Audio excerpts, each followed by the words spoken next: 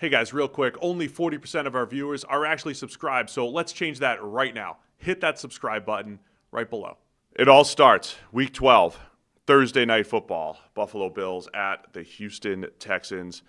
Bills favored by 5.5 here. Texans just got back to 500 at 5-5. Bills at 7-3. When we talk about margin for error, if the Bills, the favorite in the AFC East coming into the season, if they would like to win that division, as they have for the past, 6 years, then they really can't slip up given the Patriots schedule. So every game's huge for them, and every game is very close to an elimination game for the Houston Texans when it comes to the playoff picture. So, and honestly, if you think about it here, a Houston win puts them within a half game of Buffalo for a wild card spot. So massive playoff implications here. And it's another game without C.J. Stroud starting for the Texans, and that's obviously critical. For the Texans, I mean they're in the mix for that third wild card spot. I would say the division's basically gone at this point, not completely, but pretty close. The wild card though will remain open for a while, I think, just because that third wild card spot in the AFC is kind of chaotic. I mean, Kansas City, Baltimore / Pittsburgh. Houston, these are all teams vying for that third wild card spot, and they're all at or around 500. So even a loss here, I mean, obviously it's a blow, but it's not death for the Houston season. The problem is, you really would like to win this game, and you don't have your quarterback. That's obviously a huge blow. Yeah, I think Davis Mills has been all right in his time. Right? He had the massive comeback against the Jacksonville Jaguars from 29-10 in the fourth quarter. Mills made some huge throws there. And then last week, he makes the huge 3rd and 16 pass to Nico Collins along the sideline. So if anything, I mean, Mills is just another one of those clutch quarterbacks in the fourth quarter. He's playing the Bo Nix game. He's playing the kind of J.J. McCarthy game, but not as bad early on. So there's something to that, right? The fact that Mills has helped lead both of those fourth quarter comebacks each of these last couple weeks. The other interesting thing about this matchup for me, I mentioned it yesterday when we were talking Josh Allen and his FanDuel rushing prop. Josh Allen went 9 for 30 against Houston last year. And it was I think it was the worst he's thrown the ball in the last 4 or 5 years. There were also, I think there was a drop in there, like a big drop down the field, but he missed. Remember last year we kept saying, look, Houston's defense is really good, in part because this whole meshing the pass rush and coverage. But if you want to pick on their coverage unit, there was 1 or 2 plays per game where dudes were wide open behind the safeties. The Bills had a couple of those. Mac Hollins just behind the defense last year, and Allen missed him. Now, again, as far as like team defense goes, sometimes it's because you're pressured, you're hurried, your internal clock is sped up because you're facing the Texans, because you know Danielle Hunter and Will Anderson are coming after you, and that's good team defense. But my point is the back seven was allowing some of these opportunities, and Allen was missing them. So he finished 9 for 30 last year in that game with some questionable decision-making and some inaccuracy issues.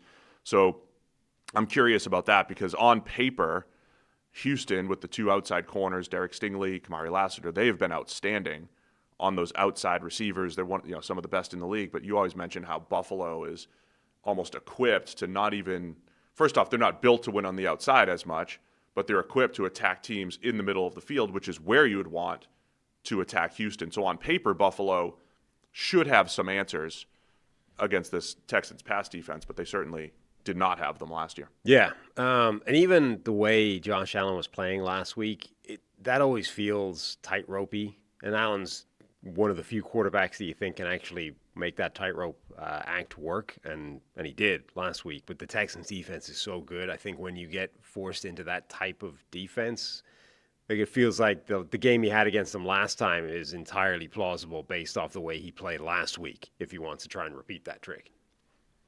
Wow, did we... Oh, look at this. Look at Mohall dropping some memberships in the chat here. He's calling it a Dewey's Fund. He wants us to order Dewey's. Dewey's is good. The local pizza. Portnoy's coming into town to test pizza too, by the way. Yeah. As a quick aside. Dewey's presumably is a chain of some description. It's a chain on the basis that everything is a chain. St. Francis a Pizza over by me is the best pizza that I found in town so far. Is that a chain? It is not. There you go. It's a New York pizza place that has dropped it. Do you want me to get St. Francis a pizza tonight for the watch along? I mean, I'm not going to say no. Okay, we've got the funds. I'll take them out of the check the mic funds, order some pizza, and it'll be on Mohall. Perfect. On Mohall, appreciate it. We'll get people like this is. I'm busy here trying to calorie restrict before Christmas, get down to the playing weight, and people are throwing pizza and baked goods, and it's impossible. So generally, as we are watching the watch along, I'll be watching the pass rush as always from the Houston Texans. I love that side of the ball. As long as Houston can be okay offensively, and they've run the ball, a little hit or miss as far as Woody Marks, who's run the ball well, and Buffalo got run all over by Tampa Bay last week, and in some of their games, Miami 2 weeks ago. I mean, the only team that really didn't exploit them in the run over the last few weeks was Kansas City in the game where they beat the Chiefs. So if the Texans can run the ball a little bit on that side of the ball, and then just watching that Houston pass rush go up against this Buffalo offensive line that's had great continuity over the last couple of years, done a nice job. Can they create some negative plays on Josh Allen, who's taken a few more sacks than he has previously? And then the other thing about Allen that I wanted to mention, because you said the tightrope walk that he was walking last week. I mean, it felt early last week. End zone interception from his own end zone, and he's trying the lateral play. It felt like he was pressing in Josh Allen pressing style. It doesn't, compare that to like Sam Darnold. As soon as Sam Darnold makes this off balance throw with bad footwork early, I'm thinking, oh boy, this could be a long one for Darnold. Not that he can't bounce back from that, but those tend to spiral for him. With Allen, it was more like he's trying to do too much. It doesn't mean it's all going to go sour, but there's, after last year, he did such a much better job of taking care of the ball. It's almost like, all right, get on my shoulders, let's go. Yeah. I want to see how Allen handles it early. Does he try to make, Superman plays early in this game? I mean, Allen has like something ridiculous, like 6 turnover-worthy plays on the season, but 2 of them came last week. Like a third of his turnover-worthy type plays came against the Bucs, and his average depth of target was through the moon. Like it felt like you said. It felt like that game again, or the practice we saw against Chicago, where he was just like trying to do stuff. Let's just see if I can fit this crazy pass in deep down the field between a safety and a corner. It was like he was doing that in the game, in a regular season game, where there are consequences to not getting it right. And to be fair, he got it right for the majority of the game. I mean, the stat line was insane, the overall production was nuts, but. Does that? I don't know if you can do that against this Houston defense, I think is the overall point. Now, maybe that was just a one-off game randomly against Tampa Bay.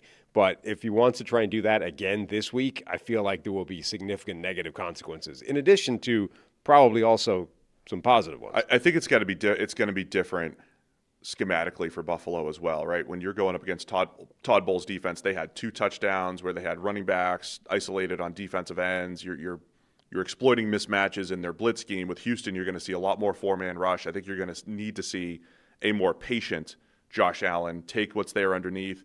You're probably not going to win a bunch of reps on the outside against those corners. You probably need to win a couple here and there, but I think it has to be more of a patient, take what's there underneath type of game for Josh Allen, and then, don't put the ball on the turf when the pressure gets there and everything. So, yep. Buffalo also, by the way, they've got the monster injury report, and when half the team is questionable, I have no idea what ends up happening there. Yeah, a lot of people on the injury report for them. And again, we've said before, like for the last few weeks, that defensive line in particular has been getting chipped away at, eroded. It's not what it used to be earlier in the season, despite them trying to reinforce that group. So it is a potential concern for them. Well, I'm looking forward to it. We hope you guys join us tonight. It's Bills-Texans. Bills favored by 5.5. We'll be here in studio with the full watch-along here. Where are you going with this one? So I, for some reason, clicked on this game weeks ago on the Sleeper app. I think just because we're doing the watch-along thing. So I've got it at a line that's like nowhere near what it is right now. So in the app, I went with Buffalo.